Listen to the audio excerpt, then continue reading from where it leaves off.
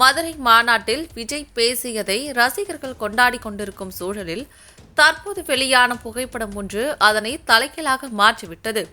234 தொகுதியிலும் உங்கள் விஜய்தான் வேட்பாளர் என ஆவேசமாக மதுரை மாநாட்டில் விஜய் பேசியதை ரசிகர்களிடையே ஆரவாரத்தை ஏற்படுத்தியது.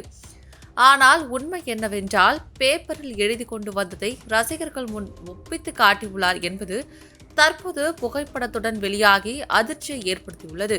முக்கியமான தகவல்களை குறிப்பிடுத்து பேசுவது அனைத்து அரசியல் கட்சி தலைவர்களும் செய்வதுதான். ஆனால் தன்னுடைய பெயரை வேட்பாளராக குறிப்பிட்டு கூறுவதற்கு கூட எழுதி கொண்டு வந்து படிக்கும் நிலையில் விஜய் இருப்பது பரிதாபத்திற்குரிய செயலாக பார்க்கப்படுகிறது. இந்த நிலையில்தான் அடுத்து எம்ஜிஆர் என தொடர்ச்சியாக விஜய் காட்டிக்கொள்வது வேடிக்கையாகவும் உள்ளது.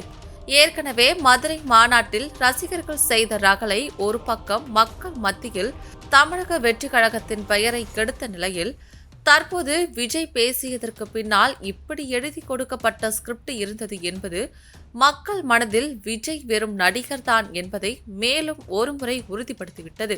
சினிமாவில் தான் பார்த்த வேலை அதே பாணியில் அப்படியே அரசியலிலும் கடைபிடிக்கிறார் விஜய்.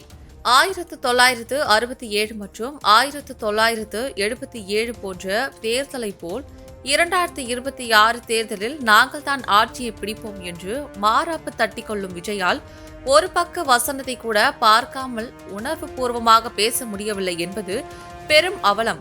இந்த நிலையில் இவர் அதிமுக போன்ற கட்சிகளை கேலி செய்வது நகைச்சுவையாக உள்ளது. பேப்பரை பார்த்து படிப்பது கூட தவறில்லை என்று வைத்துக் கொண்டாலும், அப்படி பேசியதில் கூட எந்த ஒரு மக்கள் பிரச்சனையையும் குறித்து அவர் பேசவில்லை. குறிப்பிட்டு சொல்லப்போனால், சமீபத்தில் நடந்த துப்புரவு பணியாளர்கள் போராட்டம் குறித்தோ கவின்குமார் ஆணவ படுகொலை குறித்தோ விஜய் வாயே திறக்கவில்லை.